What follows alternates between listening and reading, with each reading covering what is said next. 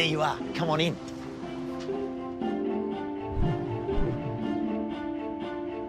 I live in Marrickville. Because I live in an apartment, I can't have a garden there.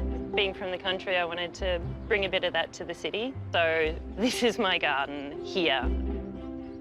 Meet Monique Caldo. She owns and operates a shared working space in Marrickville in inner city Sydney called Stick and Stone.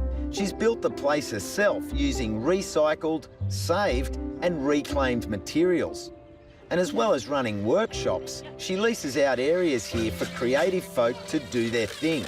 There's a pop-up shop, a gallery for people to show off their art.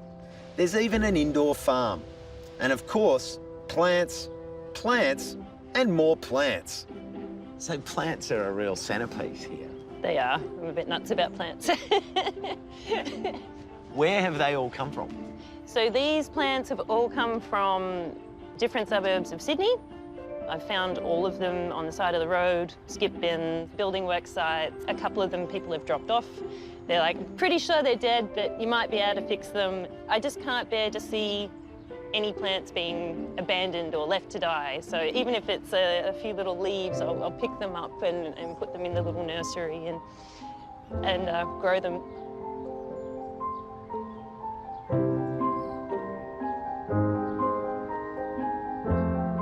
Sometimes I get extra little bits because I recycle their soil as well. So then I'll get random herbs popping up, which is really nice. I've even got carrots in here before. just because? Randomly, yeah. But one of the things that I noticed when I first came in, I love these little details that are actually functional, but really cool.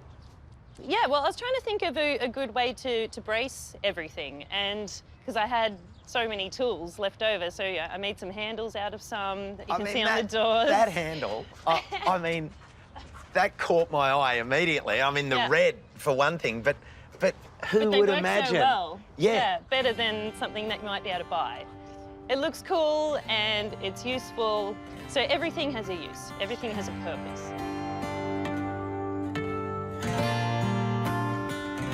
And where did your hands-on approach to life begin?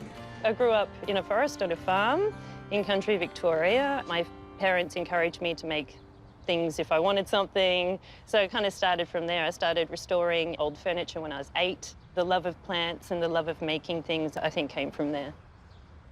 There's a lot of waste in the world and already so many things that people can use. Like, we don't need to keep buying and buying and buying these poorly made items that we just use once and chuck away.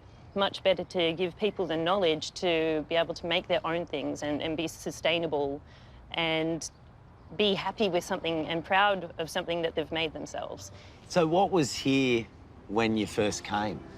Well, this area was actually a car park. It was an old granite marble factory.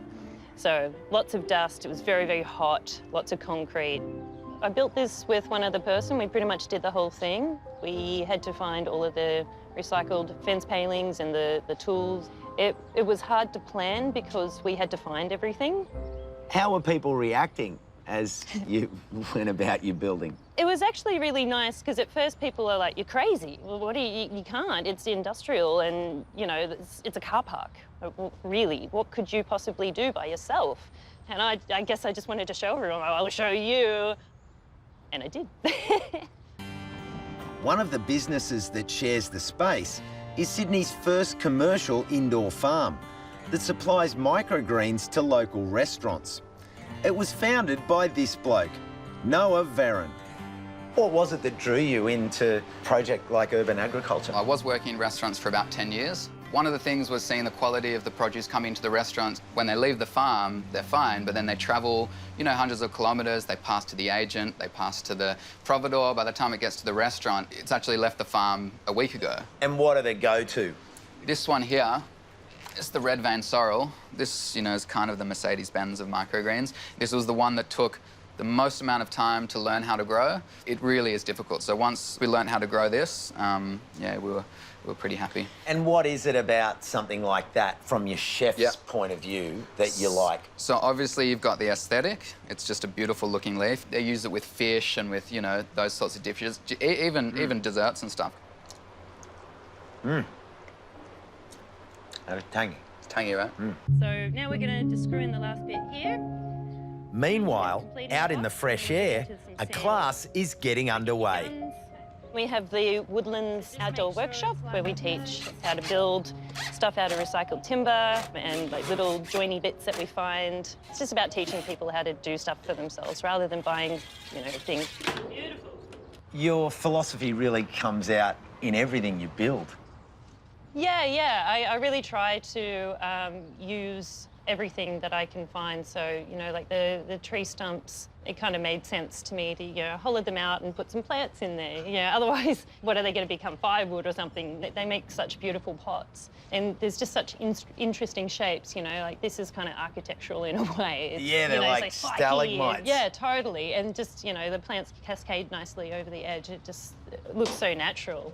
You got incredible energy. What fuels you?